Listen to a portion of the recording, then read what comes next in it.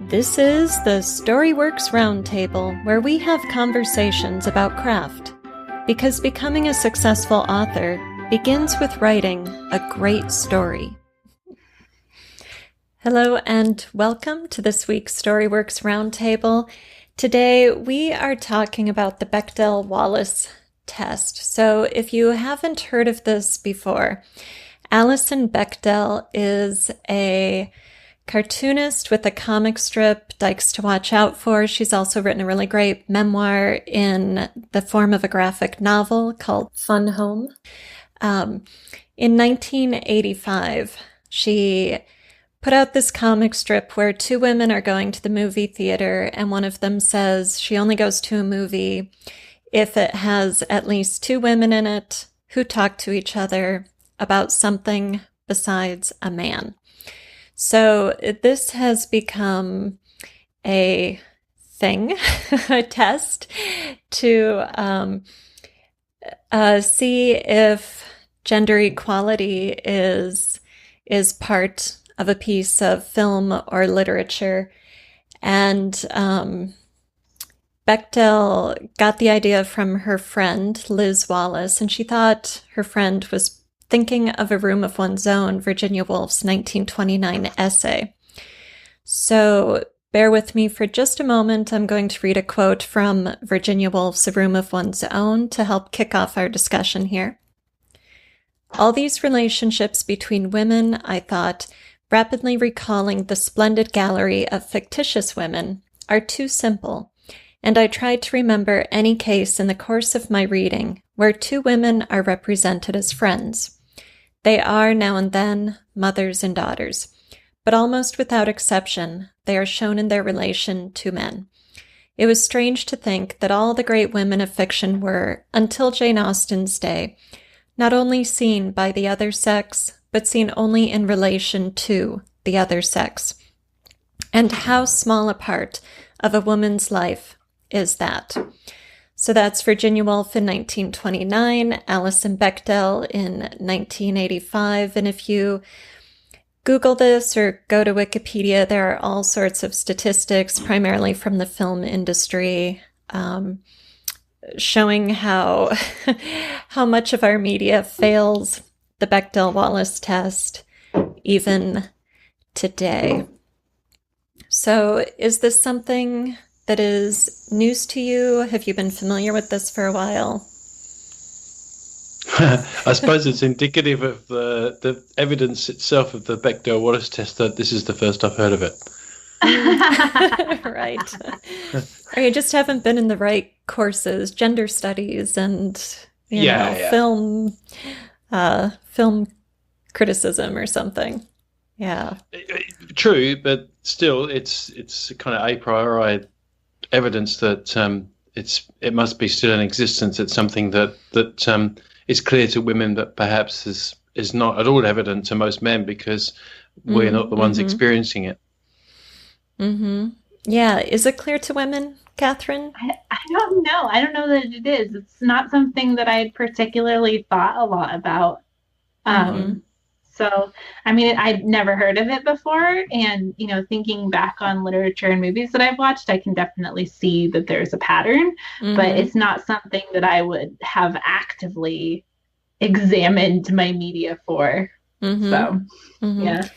Right. Well, does that mean we're all just complacent consumers of mass media and pop culture that we aren't actively thinking about things like gender equality in our literature? No, I think it means that we're products of our culture. If you go back and look at the sort of things that maybe modern day writers would have written about in the 50s, it would be different to the way modern day writers today use commentary to introduce theme into their work, if indeed that's something of interest to them. I was listening to a couple of podcasts just recently about that, about the idea of social commentary. And they were referring back to works. So, and as you know, I'm a bit of a sci-fi fan, so I'll use those examples. But back to the works of Brave New World in 1984 or Fahrenheit 451. Very famous, influential sci-fi books, and possibly some aspects of them still relevant today with some of the the Brave New World stuff. But you could see that if you were to write something today, it might be different, and that certain things that you might write about, say in the 70s, if you're writing about the Cold War, for example, then that will be dated today. So I think cultural influence is similar, and we're a product of our culture. So perhaps we have been. They've always been activists around these sort of subjects, but only now is it more mainstream because, thankfully, more of these things are now discussed. I mean, it's not been long since women have had the vote, for goodness sake, so. Right. Well, but I mean, the whole point of the Bechdel-Wallace test is that while some people are discussing it, to evidence that 1/3 of our roundtable was familiar with the Bechdel-Wallace test before the show being recorded. Right. And, I heard about it years ago in my MFA program. So that was in a certain type of environment, where I also happened to read Bechdel's memoir, Fun Home, sorry. So, it is the women's lack of prominent roles, prominent characters is still an issue today, according to people who are talking about the Bechdel-Wallace test.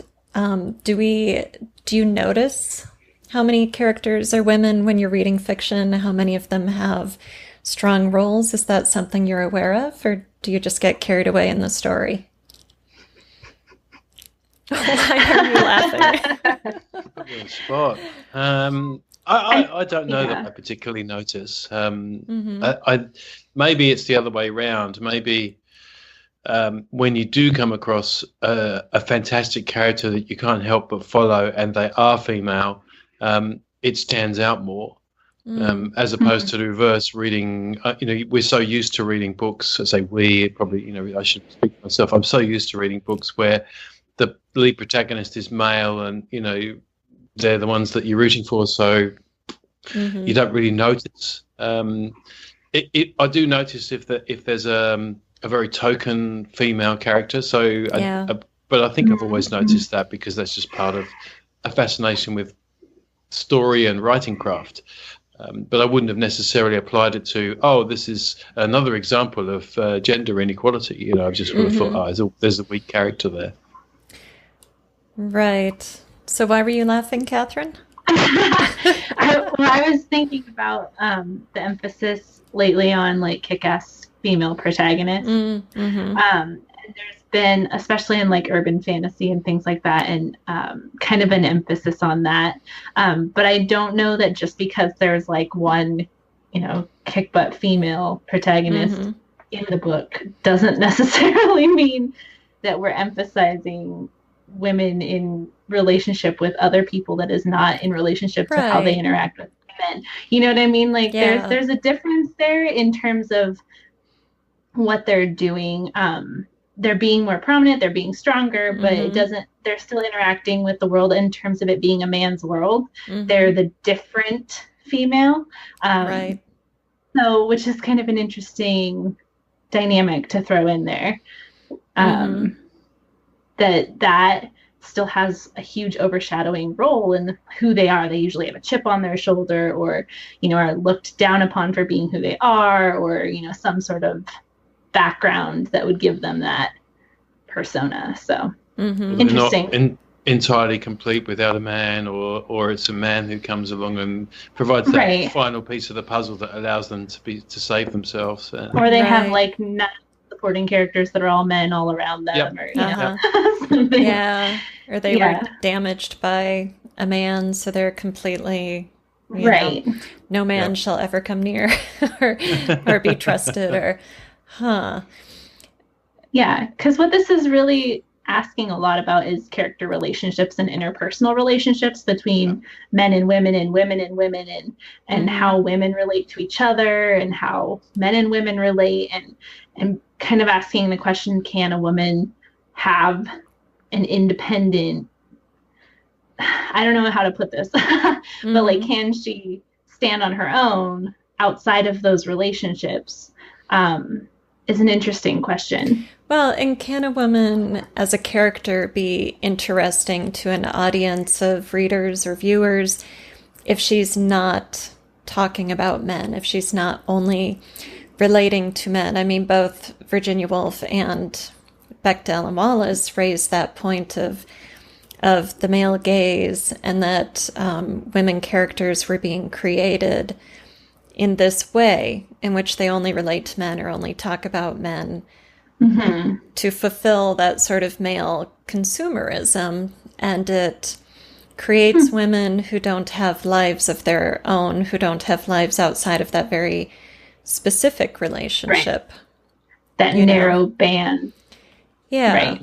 Yeah. I mean, I think if you look at real women, not just characters or portrayals of women, there are relationships, and then there's so many other things we do, just like with men, you know? So there are careers, there are hobbies, there are whatever, 500 other things you could bring to your character.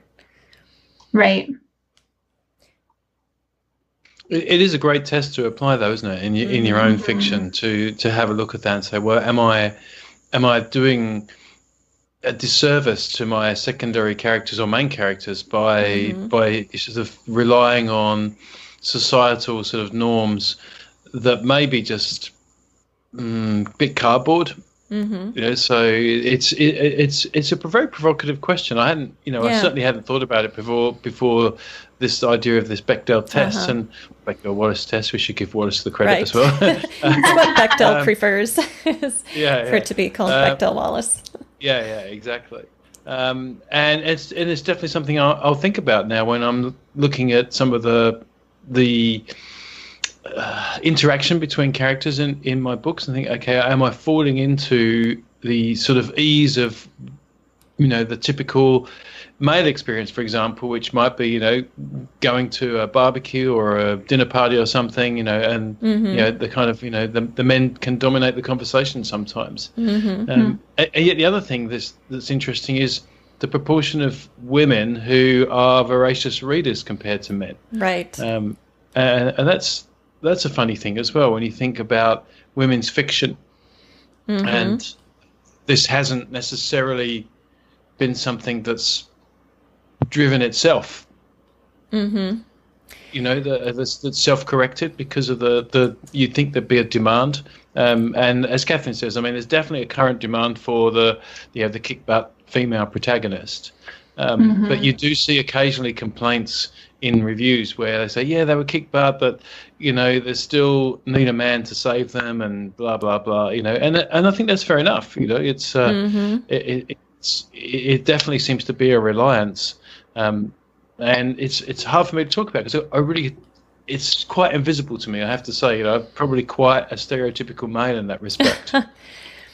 Well, I mean, as you said, we are a product of our culture, and Kathryn and I have both admitted that we don't necessarily pick up a book or go to a movie with this in mind. So you do, if a story is good, you get swept up by it. And if you like the characters, you care about the characters, whether they're male or female. And I think it's interesting that, as readers, we're accepting of it either way, whether it's a male protagonist or a female protagonist. We just want the good story, but in the film industry, there are people who have done the statistics, and this one website with 6,500 films in it said 58% of the films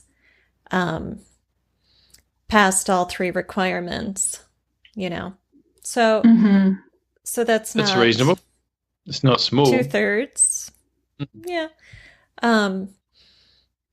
So, but is that right? I think that what this is pointing out, though, is that for most of us, our media consumption is just that we consume media, and we don't necessarily think about it. We don't want to have to think about it, whether it's literature or television or movies or anything like that.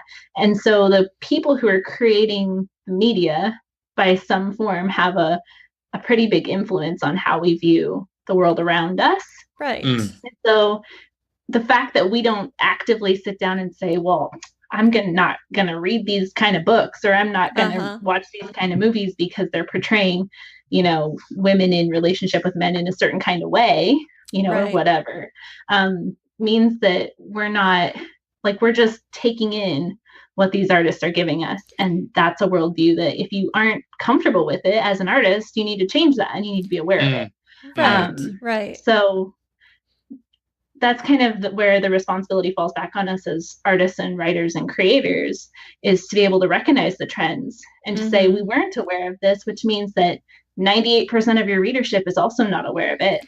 And wouldn't you rather feed them something that's important than something that perpetuates a worldview that you don't actually approve of? Right. And I totally agree with that. And I just want to add to what I said about that website, because I'm looking this up as we talk here, is that it added the requirement that the women must be named characters. So that doesn't include all the films where the women aren't named. So when the two women are named characters, 58% pass all three requirements. But then half of the 2009 Academy Award for Best Picture nominees would have been out if they were put to this test. And, you can look at the statistics, but I find it surprising, given how much women are consumers of film and literature, how poor the statistics are. And as writers, let's go back to what Kathryn was saying. What's our responsibility to be aware of our own worldviews and our own biases, that of our culture, and then to ask ourselves these questions when we're writing, you know? Exactly. Use it as a litmus test for your own themes and characters and interpersonal relationships. Yeah, even to write something groundbreaking. I mean, as you both speak it, I think about the women in positions of power and the lack of women in positions of power, and you think about how many books that are big sellers outside of romance. The secondary genre outside of romance is really mystery and thriller, which probably all focus on men in positions of power. And there's the potential there. I mean, you look at books like The Handmaid's Tale, which has revolutionized perhaps some idea about fiction and how men treat women and all that sort of thing. Well, not revolutionized, is the wrong word, but brought to the fore. And there's clearly room for writers who have a more political bent or a more cultural bent to make commentary without necessarily preaching, by being more exacting about this sort of thing. And I guess it depends on what you're going back to what Kathryn was saying, what your mission is as an artist, whether, because most of us are, I would, okay, this is a guess, most of us write for entertainment, because fiction is entertainment. It's a form of escapism. But there are plenty who don't. There are plenty who write because they want to make an impact on the world. And this is then something that you could incorporate and say, okay, well, if I want to make an impact on the world, this is something else I could consider. Right. Well, and I don't necessarily think you have to do this in a way that's like a political or social commentary type writing. Right. I think just being aware. So, like, I could write some seriously fun adventure fantasy and just be very aware that all of my female characters are well-rounded, have, hobbies or, things that they do that are outside of a specific realm. And then therefore it becomes the cultural norm within my stories that, that women are interacted with in a certain way. So, I mean, it doesn't necessarily have to be groundbreaking, although I think it's awesome when people and artists can do that. But I think just even doing it quietly and just saying, this is the norm. We don't let our women be taken advantage of, by the society or by the male dominated power or things like that. It can be really powerful because it's subtle, and so. Right, and I think so maybe that again reflects back on my own biases, where I'm saying, oh yes, and if this is important to you, then make a big thing of it. But if it's not, just write normal, Right, exactly. And what Kathryn's saying is, yeah, but writing normal, you should still be aware of this because it's gonna make your story richer. So exactly. I didn't mean to say forget about it. Don't worry about it. if you're not making a theme of it, I was more trying to say that there's probably an opportunity, but it's still I absolutely, Kathryn, point taken. Yeah, and you can make this so subtle that all you're doing is writing well-rounded, realistic, three-dimensional characters. Don't lose sight of the fact that your characters, whether male or female, are more than their nearest relationship. So the complaint is that so many female characters are only talking about men. And I also want to point out they can talk about men because we do have relationships, and many of them are with people of the other sex. And so, what got me thinking about the Bechdel test is I'm rereading Dark Corners in Skoghall, and the opening is like the murder scene, and then the first two chapters, Jess's best friend comes to town and her friend just broke up with a guy, and so they're talking about the boyfriend, and I'm like, but of course that's not all my characters do. That's not all that they are. It's just very early in the book, that's what's top of their mind. And if I apply the Bechdel-Wallace criteria to just those two chapters, they might fail. But if you apply it to the whole book, I mean, they go, my characters do all kinds of stuff. So exactly. Yeah, well, you're using that as characterization, so. What is the scope of the test then? Does it have to be that there has to be at least one scene where two named women are speaking about something and it doesn't involve a man? Or does it have to be at least 20% of the work of fiction? Or no, it's not that involved. So the original test only applied to film, and it was two female characters talking about something other than a man. But now other people have added the criteria that the two women need to have names. And then some say that the conversation has to last more than either 30 seconds or 60 seconds. I think it might be 30 seconds. To make it a little more stringent or fair, maybe. But right. Because think about how sad that realistically is.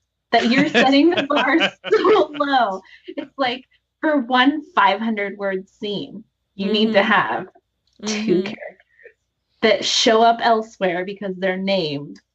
Talking about, that's a really low bar. And the fact that you have literature and film and things that can't jump over that bar, this is my judgmental face. So, yeah, enough said. I got to keep my mouth closed. My humor will be mistaken. Oh no! All right, so final question before we wrap it up: is there a male counterpart to this? Do we need to be thinking about this gender equality issue from the other side of the coin as well, or can that just be assumed and taken for granted because we've grown up in this, male-dominated culture? I don't think you should assume or take for granted anything. I think that if you're going to evaluate your characters' relationships with each other, that you should evaluate it on both sides. Because it's so easy to swing from one direction to the other, and you don't want to become, that. So. Yeah. Yes. I'm sure there'd be a test for a male stereotype. I'm convinced of it because it's a form of female stereotyping, I guess, is what the test is saying. And I know I've read books before where I think, oh, that's this as a man, I was doing a disservice to the male character, I felt, and that isn't necessarily because the author was male or female. It's just, we sometimes also get portrayed as having a one-track mind or not being emotionally sensitive or types apply. Great. I think at the end of the day, it all comes down to having well-developed, realistic, three-dimensional characters, but it never hurts to look at your stories and say, is this book populated 90% by male characters? And if so, what are the roles of the women? And are they realistic and fulfilling? If it's a military thriller, it might be completely appropriate that 80 or 90% of your characters are men. So right. We have to factor that in as well. It'd be interesting to see if, Grammarly or Pro Writing Aid or Auto Critique or whatever those, the automated sort of grammar test programs start to factor in some of these things. You can just imagine putting your text through it and it comes up with a big red warning. It's like, you have just failed the Bechdel-Wallace test. Yeah, that's right. Exactly. That's right. That would be funny. All right. Well, until that day, we'll just have to run our manuscripts through our own gender equality tests. So, and hire a terrific editor. That's right. That is right. Thank you for listening to the Storyworks Roundtable. Find all our shows, show notes, and videos at storyworkspodcast.com.